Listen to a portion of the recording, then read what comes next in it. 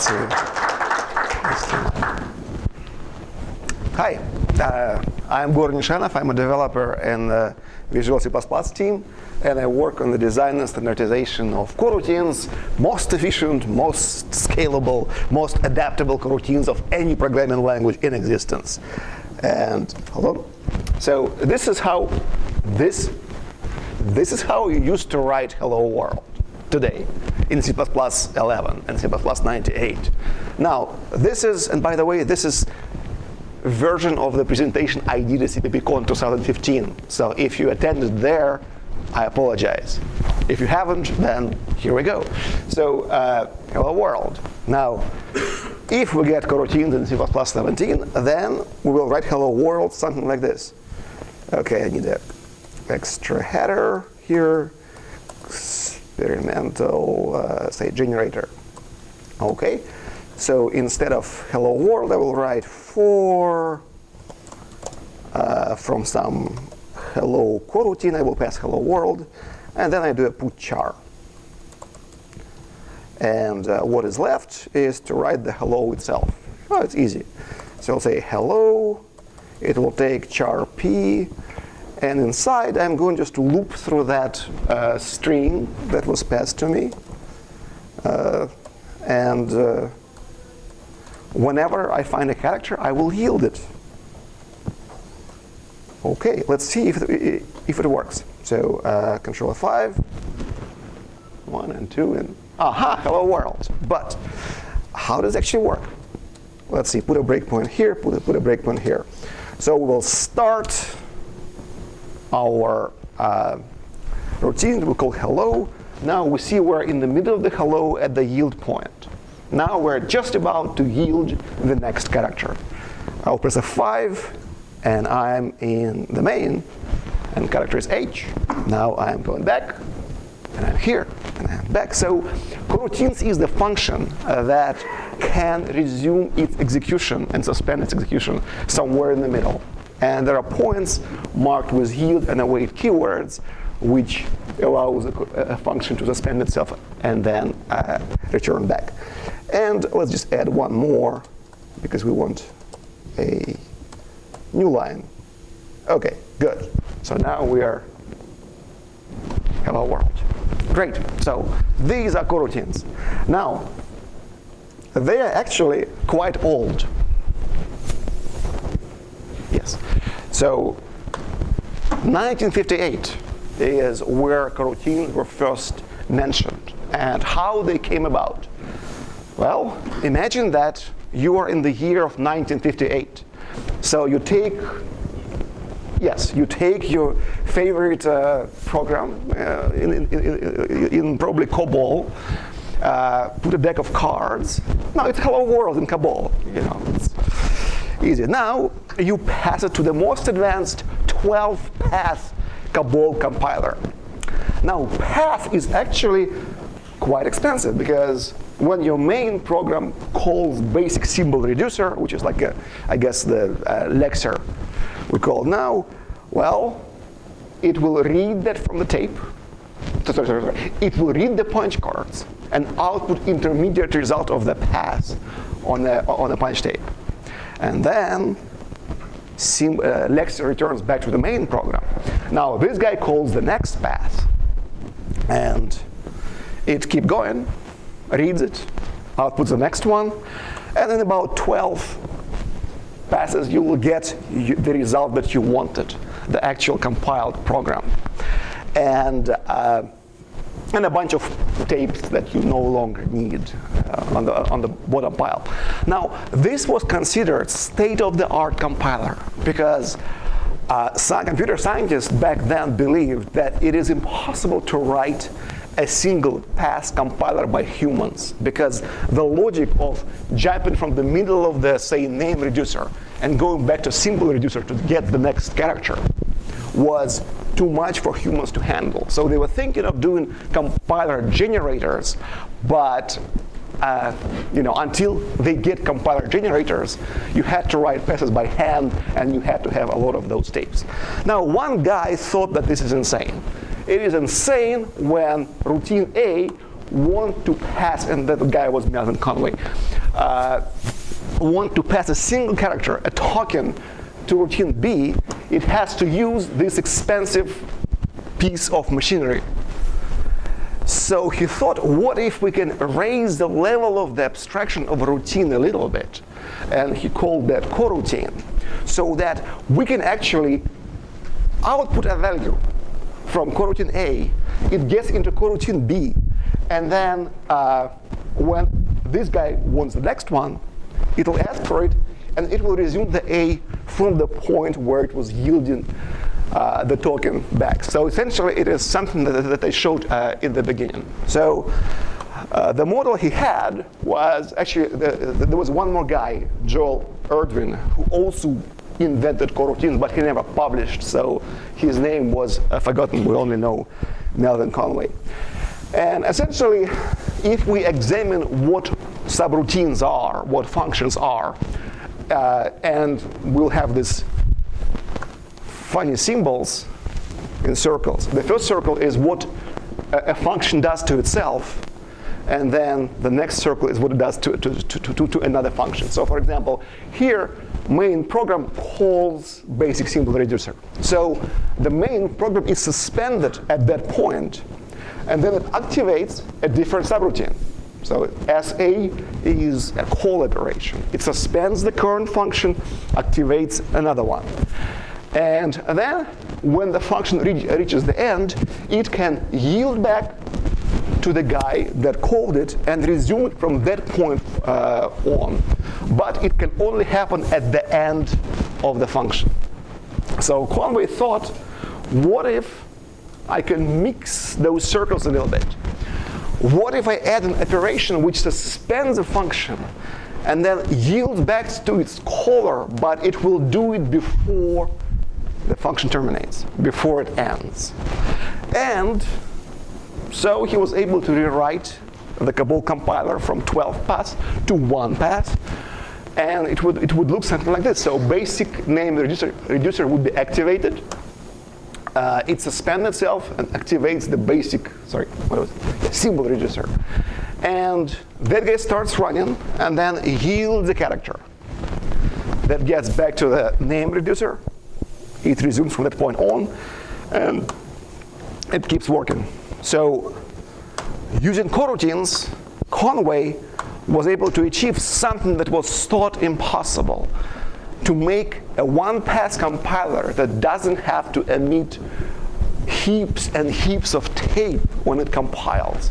And it does so in this unbelievable speed of 100 cards per minute. So again, he did something revolutionary. He invented an abstraction that was, as I termed in the title of this presentation, a negative overhead abstraction. So not only you don't pay the penalty when you move to that abstraction, you actually shrink your code. It becomes faster, smaller, something that you couldn't do before. But again, we no longer in business of writing 12-pass Cabal compilers. So our coroutine is relevant to us. So let's get to the current times. So look, this is a synchronous state machine. It's a very simple one. It has only 4 states. I want to initiate a connection, connect to some remote endpoint, and then start reading from it. And eventually, I will read enough, so I move to completed, or there will be some error, so I move to the failed stage. So this is a problem which is very, very simple to describe. It's a very simple picture, but it's unbelievably difficult. It is difficult to write. It takes more effort to write than it should. So if it were synchronous, it would be quite simple. Let's just try it out. So we have some buffer as a local variable. We'll initiate the connection. And then once connection is established, we will start reading into the buffer, and we will get number of bytes read. And we subtract from the total. Now we'll see if the total, if we read more than we needed, or if we read 0 bytes, which would mean that remote endpoint gracefully closed the connection, then we bail out and return the total for the guy to decide whatever he wants to do. So this is simple. Now, what if we don't want to write it synchronously? What if we don't want to burn a thread to do this operation? If we have some kind of web server, web something, and we want to handle many clients, and having a thread per client would be too expensive. Well, what does C++ offers to us? Well, there is stood future and stood promise. So what they are, essentially, it is a one-shot channel. Promise is the endpoint through which you can emit a value, and then a future is the receiver endpoint from which you can read the value. And you can only pass the value once. And how it's usually implemented is that there is a shared state, and both future and a promise, they point to the shared state, and it has a ref count to make sure that it doesn't go away prematurely. It has some synchronization things like mutex and conditional variables so that we can signal the waiter that the future is ready. And there will be one of those three. We will either, the future can be empty, it does not have the value yet.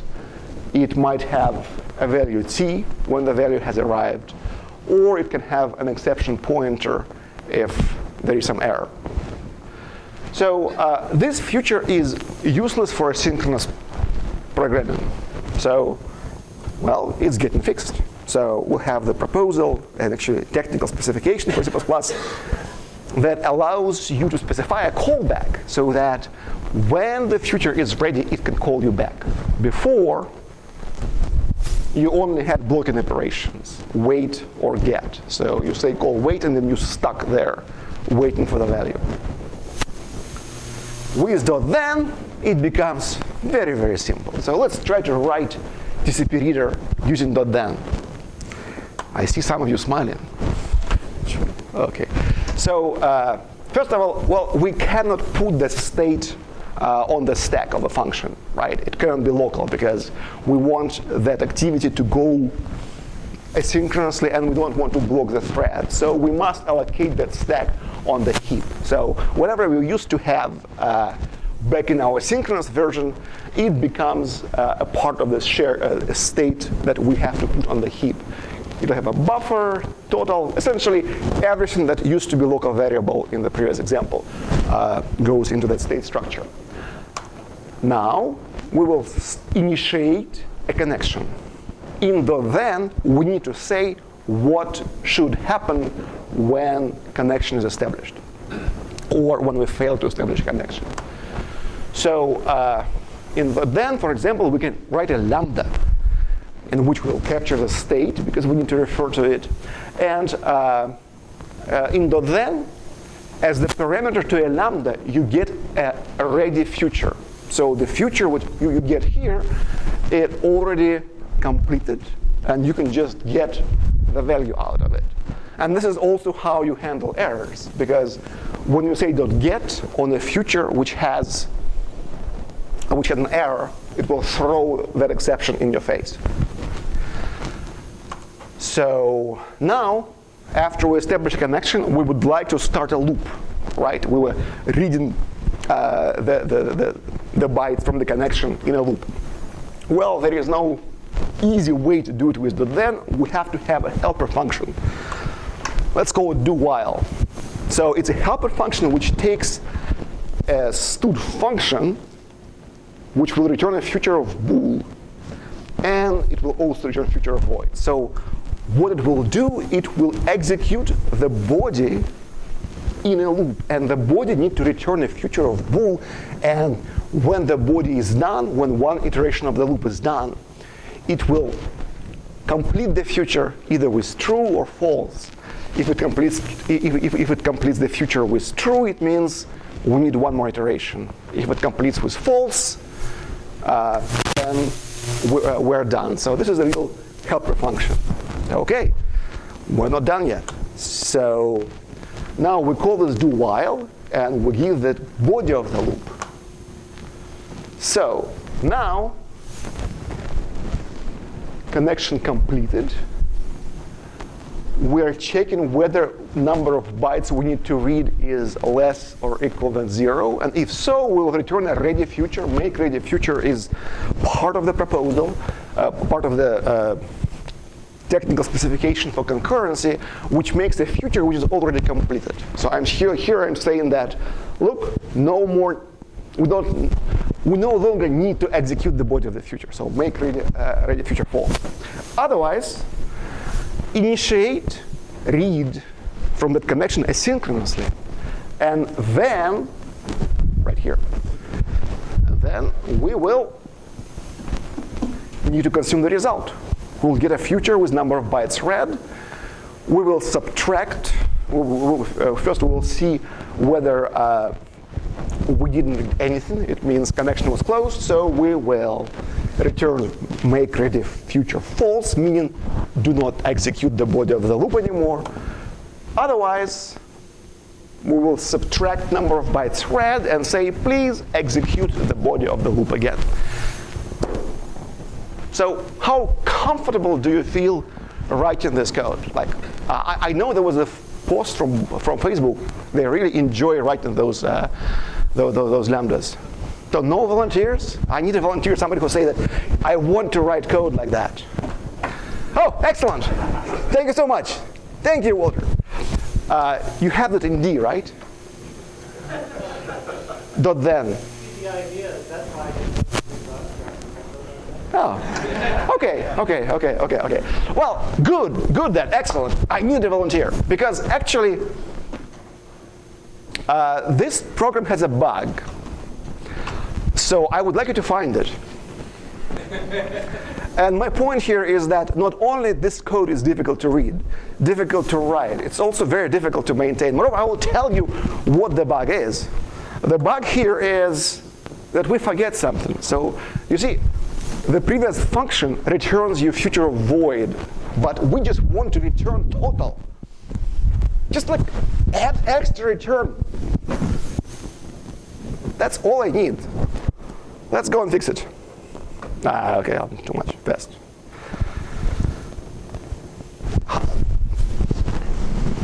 I know that you already saw where the fix goes, but roughly, where in this slide we need to fix this?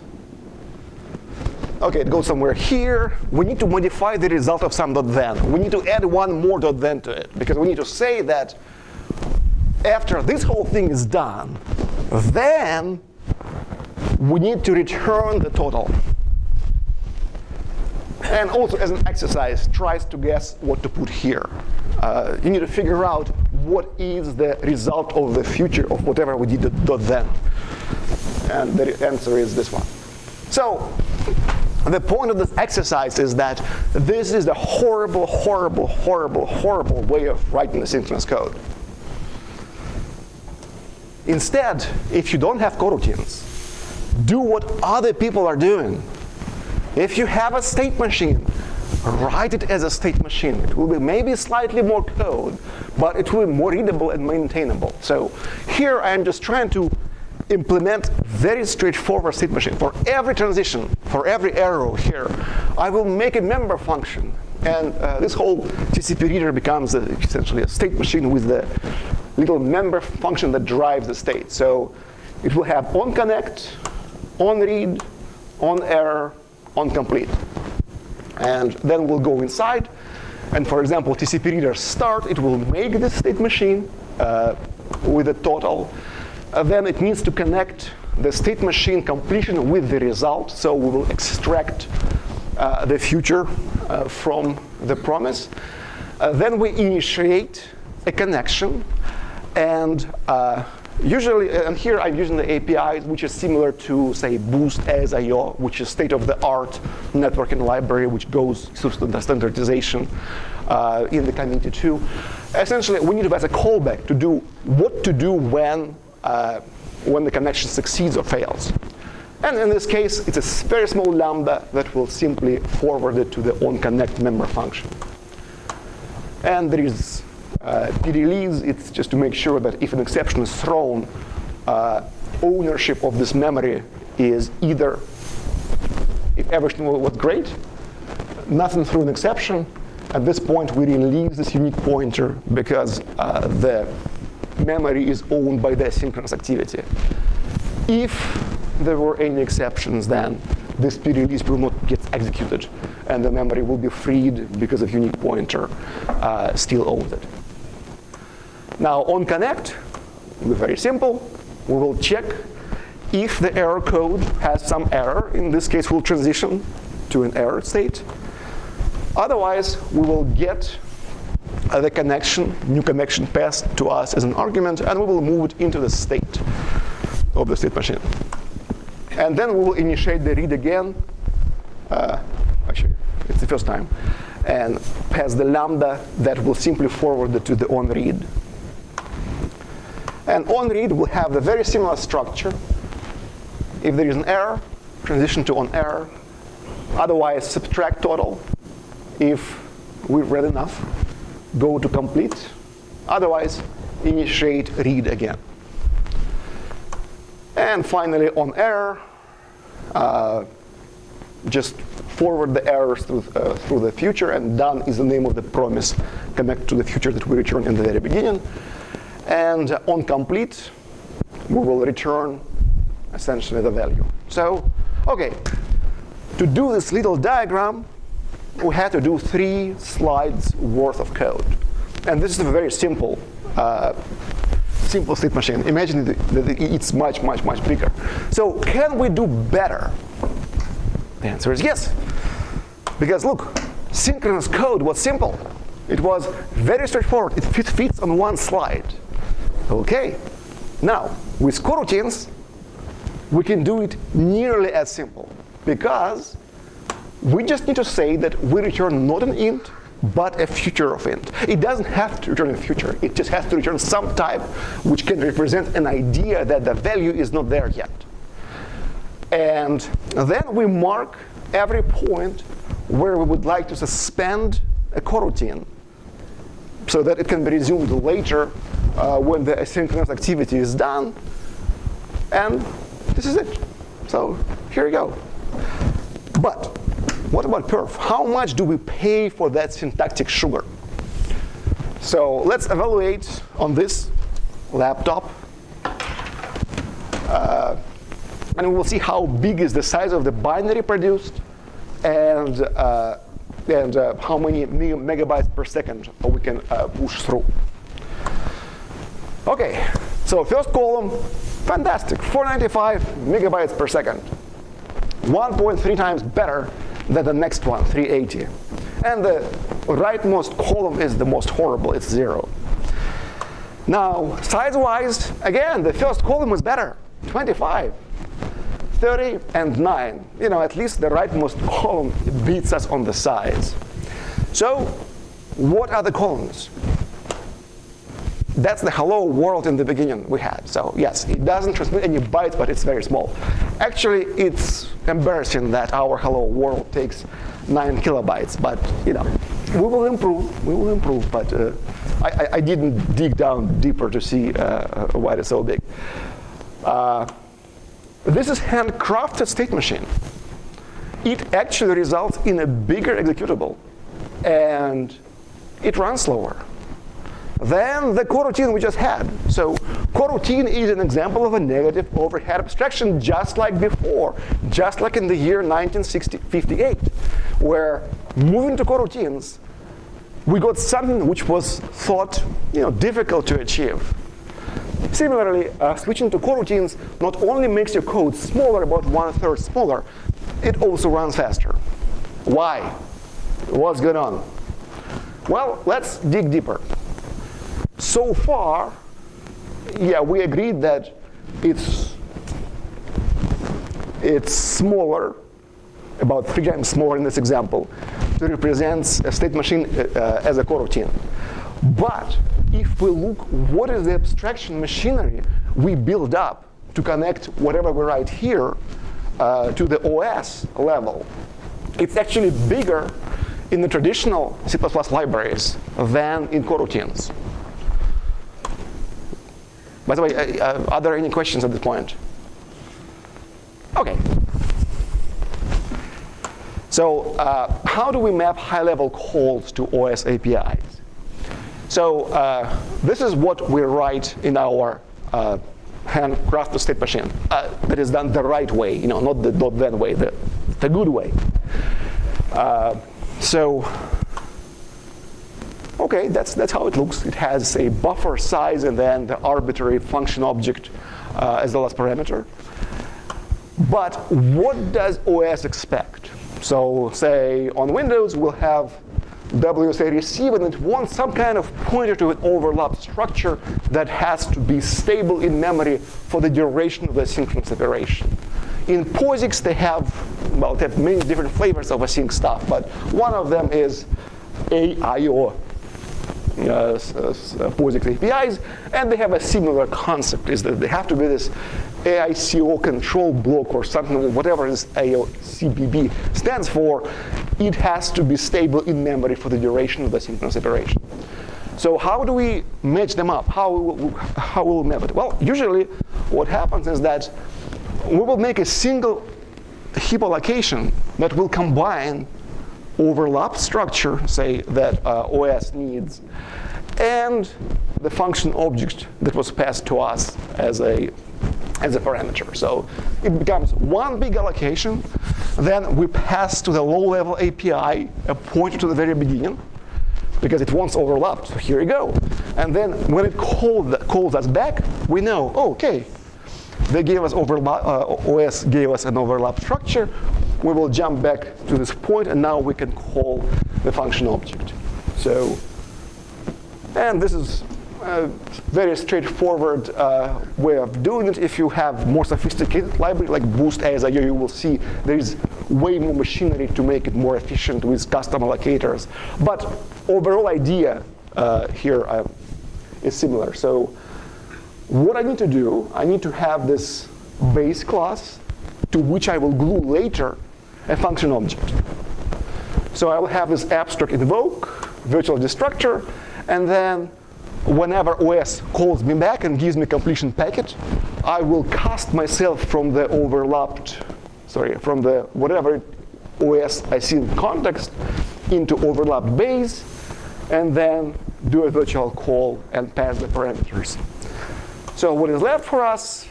Okay, at some point I need to associate that whenever on this socket async.io completes, it needs to call this this function. And finally, I will take my function object, I glue it together with the base, and provide a virtual invoke that will call the function object. So this is, and a little helper, so that I don't have to figure out the type of the lambda, right? Make handler with count. Now finally, we can write the APIs we wanted. So to do this connection read, we will type arrays the function object that was given to us.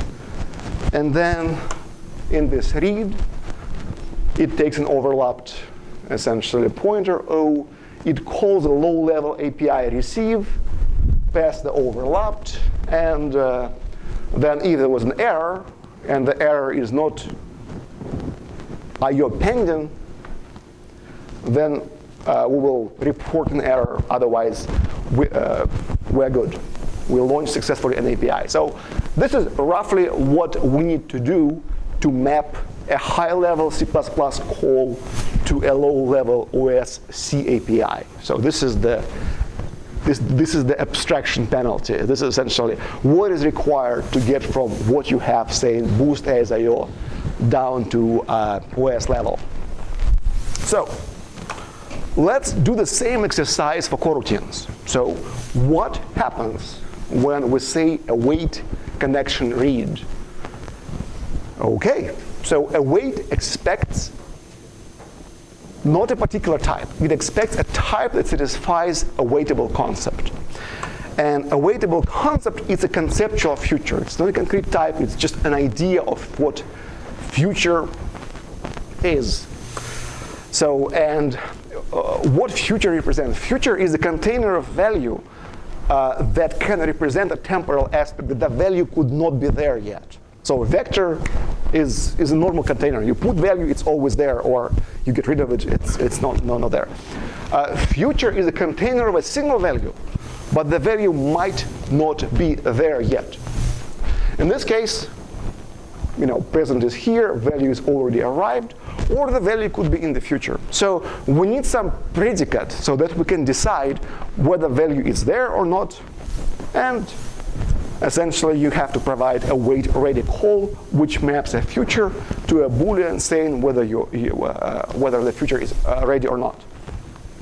Now, if the value is not here yet, now you need to provide a callback that will get called when the future is ready. So await suspend is your customization point, which allows you to subscribe for notification when the value is available. And finally, when we got the value, we need to understand how to get the value out of the container. And that is await resume. It's a mapping of future of t, or some kind of future of t, conceptual future, into t. And whenever compiler sees a wait expression, this is roughly what it expands to. Whatever the expression you have, you give it a temporary name so that I can refer to it multiple times. It will check whether the value is ready. And if ready, then the result of this expression is the result of the call await resume to the temporary. But if the value is not ready, then compiler will synthesize a coroutine handle, which is a function object with some extra useful thing is, and when you invoke it, coroutine is resumed from that point. And normally what you would do in await suspend, you would subscribe to some asynchronous continuation, so that whenever that thing that you are awaiting on is done, that coroutine handle gets resumed. And at that point, compiler will insert a suspend point. So at that point, when you hit here, coroutine just returns back to the caller. But it stays suspended. It is not terminated. Later, when coroutine handle is resumed, execution jumps back right here and continues. So this is how overlap-based look for regular state machine. So this is the async code that, well, it's a base to which we glue the function object. We need something like that for coroutines. It will look slightly different. So here, we'll have a coroutine handle that compiler gave to us that allows us to resume the coroutine. Now, coroutine, when you resume the coroutine, it's not like, I think, PL1, right? You could have multiple entry points to a function, and every one of them had a different set of parameters. No, we don't give you an ability to have arbitrary entry points with arbitrary parameters. No. We simply allow you to resume the coroutine from that point on. So whatever the parameters before I used to give to to invoke, in the coroutine case, I will simply create them as member variables of this base class. So now OS calls me with completion package. I'm getting back to this awaiter base, and I'm remembering the error and byte transfer in the fields of this base class. And finally, I will call resume on the coroutine handle. Now, what is coroutine handle? It's a void star. It's a void star with the fancy template wrapper. It is exactly the void star. It has no destructor, no ref counting. It is simply copyable. So it is a void star, nothing else. And the resume is just this. Essentially, you load in one implementation. You load the the resume address, and then you jump to it. So it's very lightweight set of operations. So given that we have this base class, we need to finish the rest. Now we need to hook up our coroutines to the OS. Okay, so this is just the awaiter base that we had before. I just put it here as a reminder of what it is. And the complete implementation of hookup between the coroutine that will read asynchronously and call straight to the C API of the OS fits in one slide. So connection read need to return an awaitable. It needs to return something that would have await ready, await resume, and await suspend. And first of all, I will return an awaiter and I pass myself plus buffer and length, whatever the parameters we pass to me. In await already, I return false because I haven't launched an operation yet. And why I haven't launched an operation? Well, because I need to get a coroutine handle so that I can stick it into here so that when OS resumes me, I can resume the coroutine.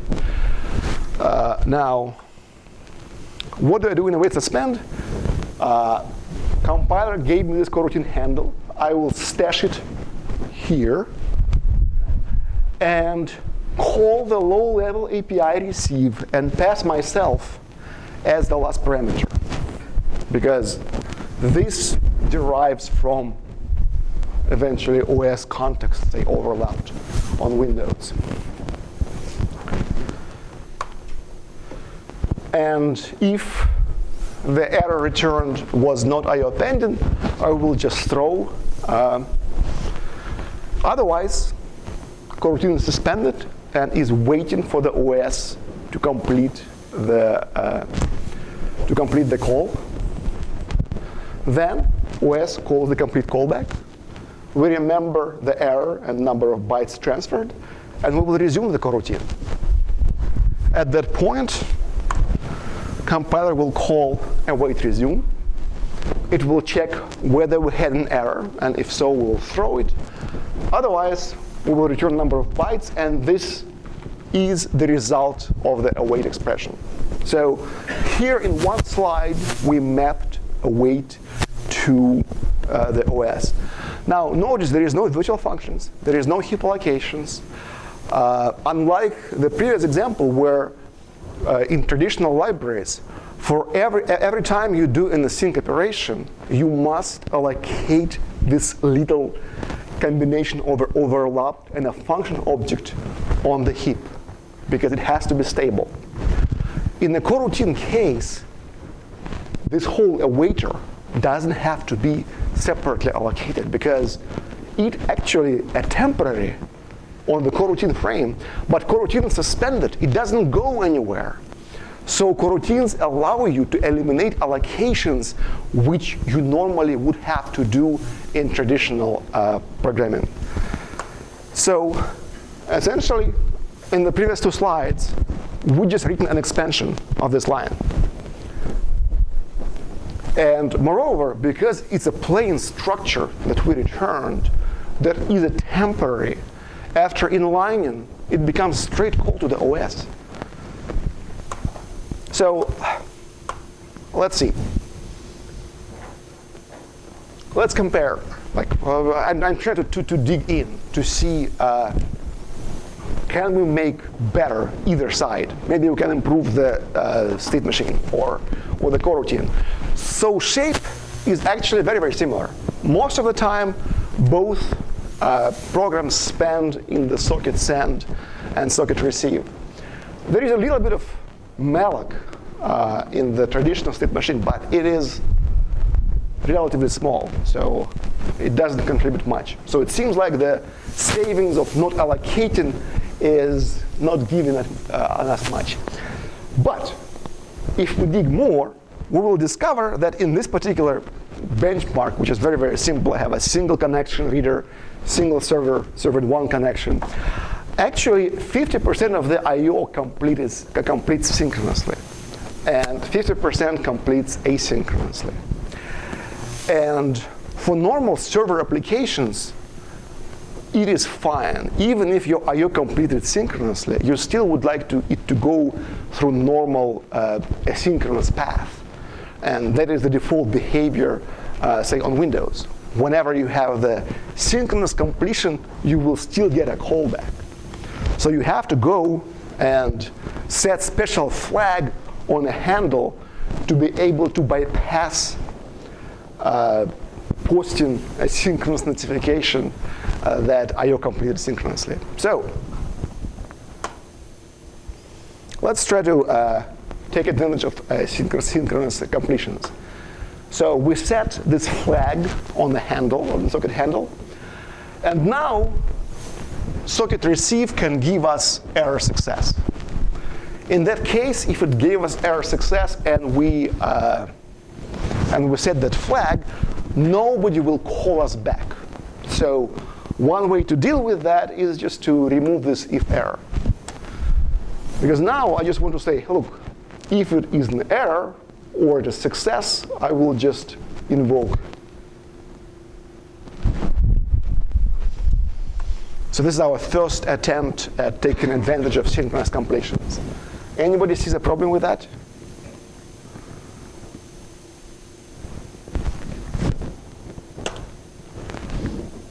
Stack Overflow. Because essentially, if we're unlucky and we're getting this string of synchronous completions, what will happen is that this invokes ourselves. We will subscribe again. We will do a read again. And it also completes synchronously. So we keep calling ourselves and we run out of stack. So this was a bad idea. A simple way to solve it is actually change not the library level, but change the actual program. So let's say we change our read API so that it will return us a Boolean, which tells us whether we completed successfully or, we completed synchronously, or we were able to successfully launch a synchronous I/O. And then we will do a loop like this. So let's see if it made the number better. Okay, we're almost as good as coroutines, right? It's 495 here, 485 here. Excellent. So I feel good about the state machine. Now let's do the same for coroutines. So coroutine actually await suspend is funny. You can give it either a void return type or a Boolean return type. If you give it a Boolean return type, then you give a library writer a chance to veto suspend. So let's say we set the flag on a socket so that it will skip completion notifications on success. So now I change result of await suspend to Boolean, and then if we were able to successfully launch an asynchronous operation, we will return true, meaning please suspend. If it was an error, we will throw an error. But if we completed synchronously, it will be success. So we'll return false, and that will tell the the code gen that, hey, I thought I needed to suspend, but after doing the work, I discovered I don't need to suspend. So please bypass suspend, so that it will end up going to straight to the resume. So in this case, a wait expression will be expanded like this. So essentially, if it's not void, if it's Boolean, we will do this. If both are true, only then we suspend. Otherwise, we go to await resume. Okay. Sorry. We double the perf. Okay. Can we make it better? So let's do the profiling. And finally, when we shrunk the socket overhead small enough, now we'll see that memory allocation is the biggest thing in this program. So let's make it better. let's get rid of the memory allocations. And again, there are several strategies. If you have a lot of time on your hands, you will develop very efficient thread caching allocator, and will try to reuse as much of memory as possible without going to the heap. Or in this case, I will do a very simple thing. I will make an observation that actually we always give the same completion handler to our read, right? Because our read will give lambda, which always forwarded to the on read. So instead of us doing this in every socket read, whatever the API we developed, type erasing this lambda, allocating on the heap, we'll just do it once in the constructor. And then in the onRead, we'll call a lower-level API, and we'll just reuse that completion. Again, I'm just trying to be fair to the traditional state machines, and it's good. Let's see.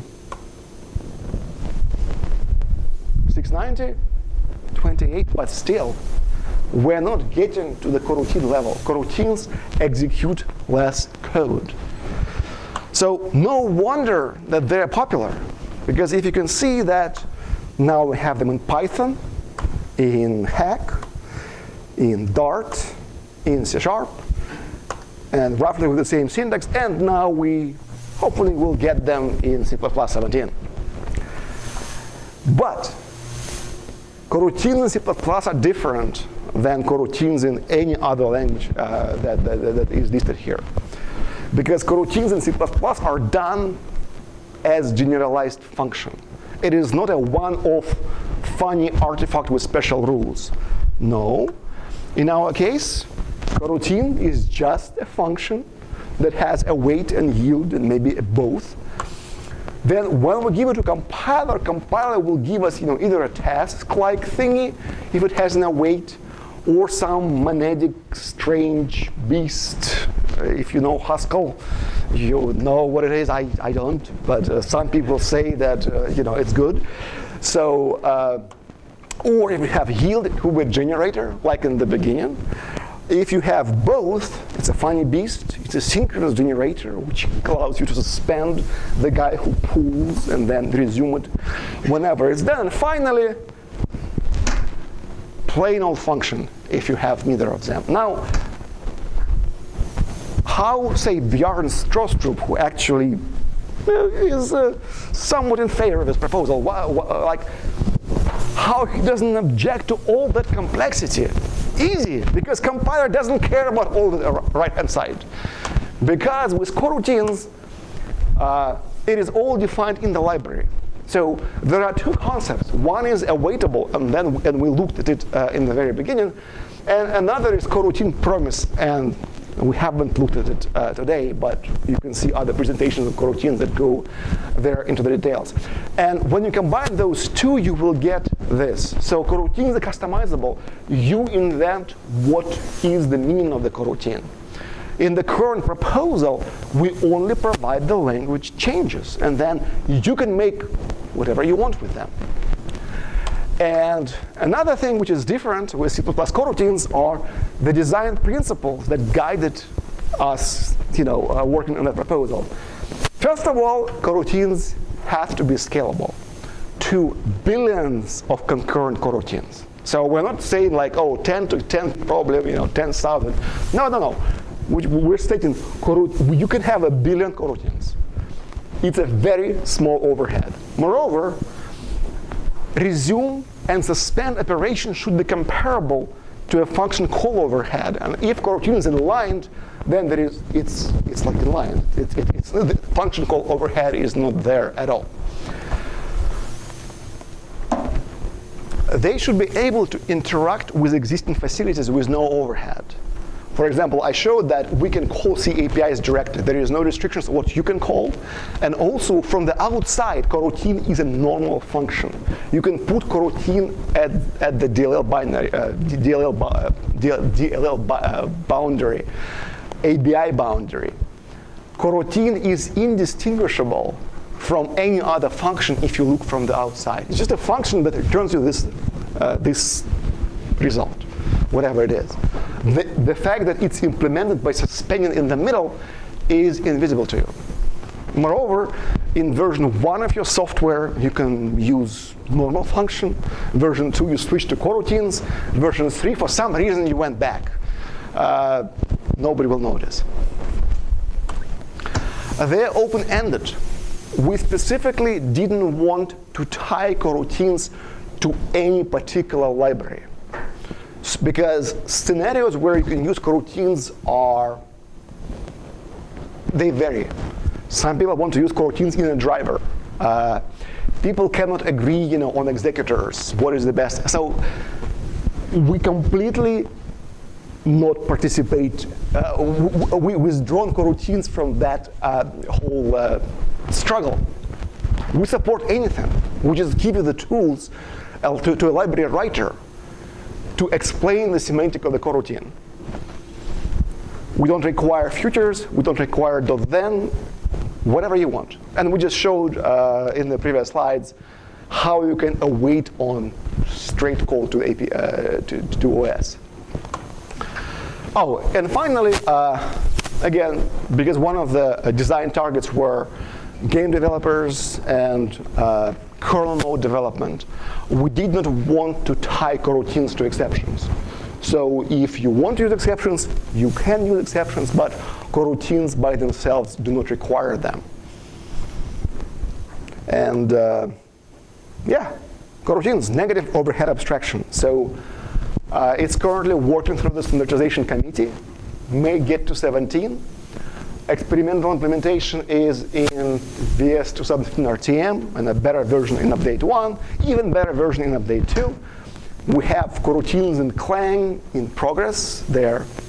You already can compile like a wait and yield, but I don't think, no, I know for sure they don't yet run. And you can look at more details in those links. Let's see.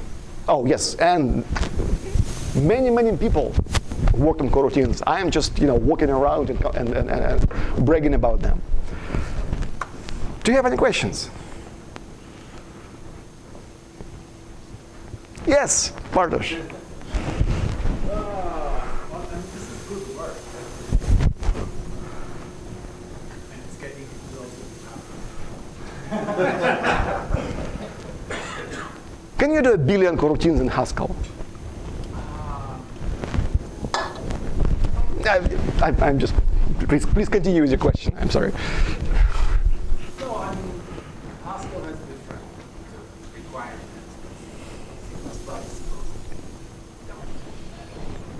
Performance is extremely important. So I'm not arguing about that. Performance. I'm just worried about generality of the solution. So, I mean, I remember this thing progressing from first time futures were introduced to the language, right? And because there is this fear of theory, nobody mentioned the fact that futures are really Mona, right? Oh, the M word, okay. Yeah, Mona. Now, does it matter that it's a monad or not? You would say, not really. I mean, would the rows called by any other names still a row, right?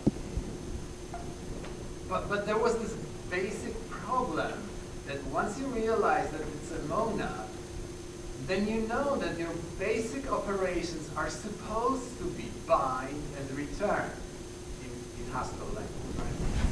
And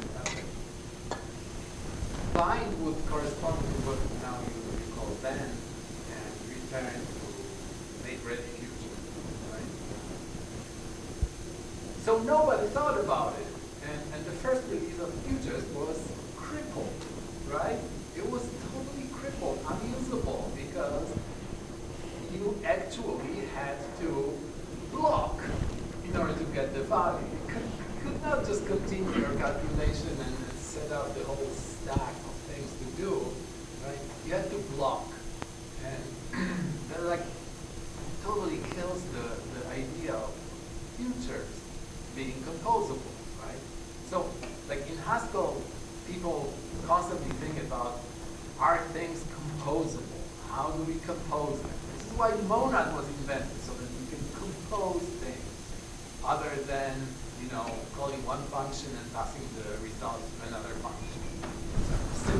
But there are many more sophisticated ways of composing computations. Like monad is just like the major thing of composing computations. So right after futures were released, I wrote this blog and say futures not quite there yet, right? Because they are missing this list, right? And I don't know how many years ago it was, but it's still not present in C++, right? So, but eventually you will realize that it's necessary. So now we know that futures are really monads, although it's polite society. We don't want to mention this word. But so this problem of composing then and then and then and then and then, right? Or composing binds in Haskell. It's the same problem, okay? Right. Yes. So Haskell has the same problem, you know. And it has the solution. That start with D, and yes, do notation. Yes. It's a solution. And the do notation is valid only if your underlying thing is a monad, right? And like this is the most general. So monad has to, you have to have a monad in order to do notation, right? And do notation works only because there are monad blocks. Now here, what you're doing is you're narrowing it down to one particular monad. And when you're saying we can do it for anything, well, no, you can't really do it for anything, because if it's not a monad, you can't. It won't work. You know? And you're concentrating on the fact that this is actually all about suspending things or multi-threading or asynchronous stuff, right? But monads have many more uses, right? They do state, lists, vectors, maybe, exceptions, and continuations. The list goes on. So that worries me a little bit, that, you know, eventually this thing will get into the standard, hopefully, because it's a good thing, right? But then, you know, people will look at it, maybe I will even look at it and say, okay, but wait a moment. This is actually continuation passing style, right? In this particular case. And this problem, like back in the old times in Lisp, was solved by call CC, call with current continuation, right? You are calling the subroutine with current continuation, and then this guy can actually call back this continuation and continue. And then you can call it again and resume, and then call again, and so on. So this is, you know, based on this kind of analysis. So if the word monad does not occur anywhere in this, and On purpose. then Some people are allergic to monads, or, you know, they want practical solutions. So that's why the angle here. Look, this is the state machine. This is what you did. But yes. The problem is that, okay, this is a great solution to one problem, okay? Generators. A few years later, there will be another problem.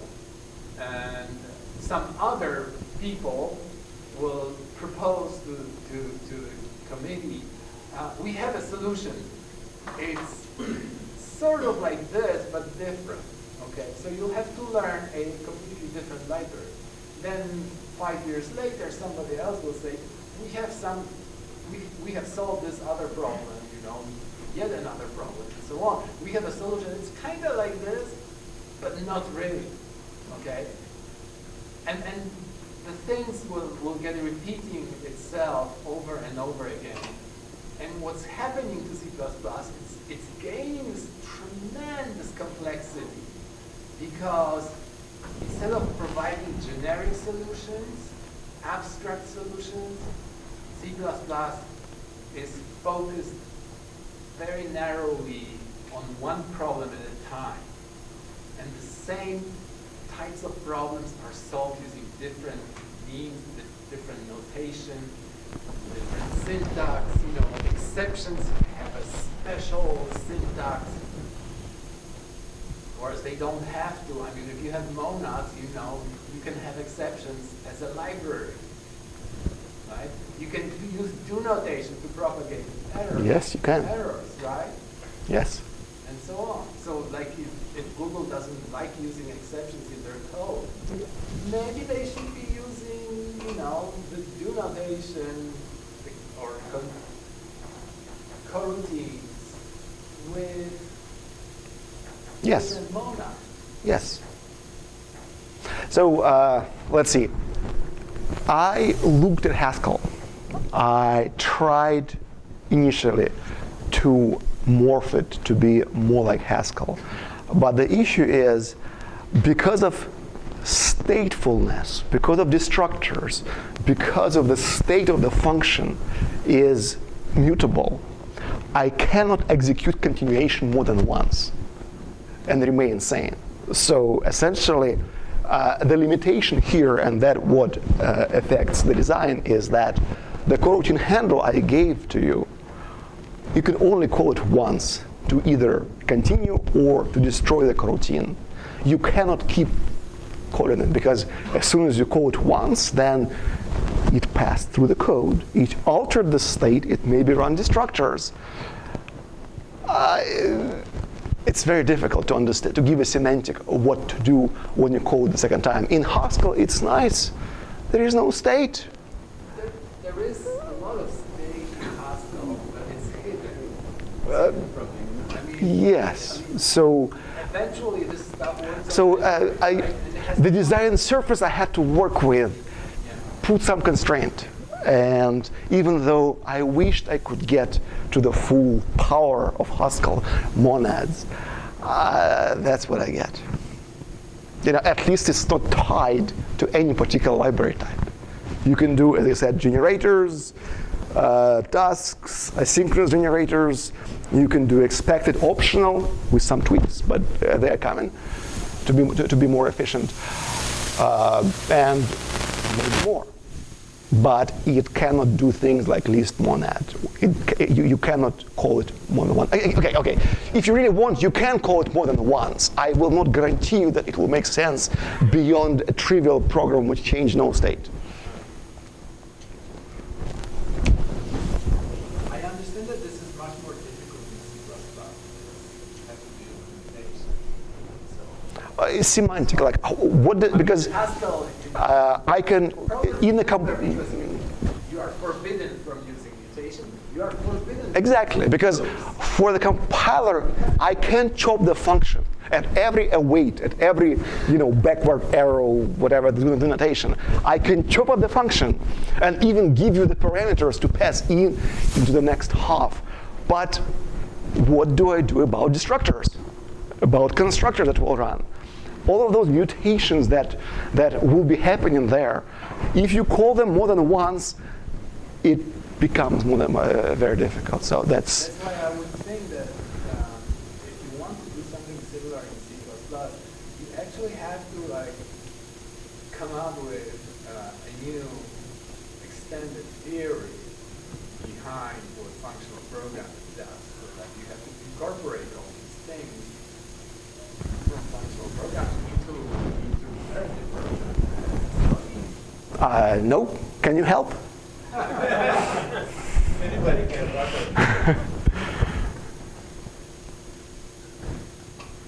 Yes? Where are things stored in memory? Okay, let's see. I think I have a slide for that. So if you go to these functions that are kind of suspended in memory, Right. and within like a traditional stack, So, in memory, yes. Yes, so normal functions, they only have activation frame. When you enter a function, activation frame appears on the stack. When the function is done, it disappears on the stack. And because traditional functions, when they return, they are done, it goes like a stack, one on top of each other and then disappears. Coroutines have both. They have a normal activation frame. Whenever coroutine is active, there is a tiny bit of activation frame which remembers where to jump back to and say what are the register it needs to restore when it goes back to the caller. But there is also a coroutine frame which persists for the duration of the coroutine. So while coroutine is alive, coroutine frame exists. And depending on what happens to the guy who calls you, that coroutine frame could be either on the heap or it could be on the stack of the caller. In the generator example, main would call a generator and pull values out of it. And when the for loop is done, coroutine is done. So in that case, coroutine frame would also be on the stack of the caller. But in the case of the, say, async state machine, the coroutine has to persist beyond the duration of the function which initiated the state machine. In this case, coroutine frame is separate. And here's a little animation that shows what happens.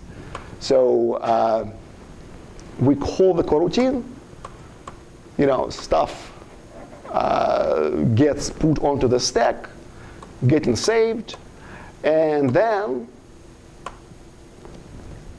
on the heap, we allocate the coroutine frame.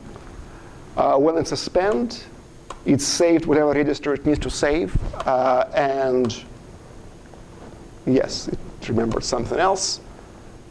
Okay, I guess animation just, sorry about the animation, it was in the backup slide, I changed something there. And it disappears. So now the call get back to the caller, so stack is enrolled.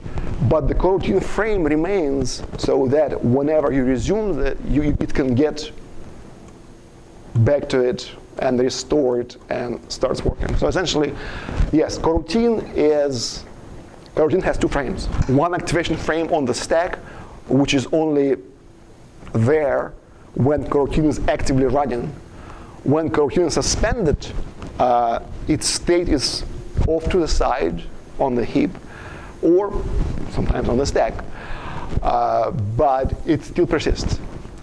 And that coroutine frame state could be very small. It just needs a few things. I think the overhead is two words, so it's void start times 2, plus whatever variables that has to persist across suspend points. So these millions of coroutines that you mentioned, that's like the simplest coroutine that has 2 words. Yeah. Yes. Like if you have more state, it will become fatter. But unlike coroutines, say in Go, which I think in Go at some point it was 4K, right? The stack of the Go routine. Well, 4K is a lot. Here we are saying 16 bytes or 16 bytes plus a few. Yes. What about the instruction footer? Isn't that stored in the coroutine? Yes. This is exactly the overhead.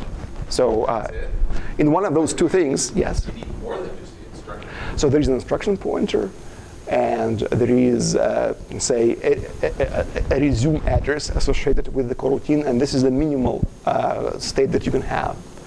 Plus, of course, if you have any local variables that has to persist across suspend points, there will be more. But at the very minimum, it's 2 words.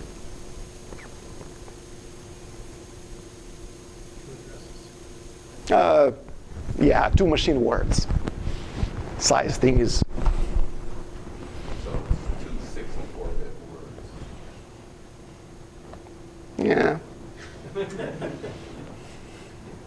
I mean, I can shrink one of them, but with alignment, it's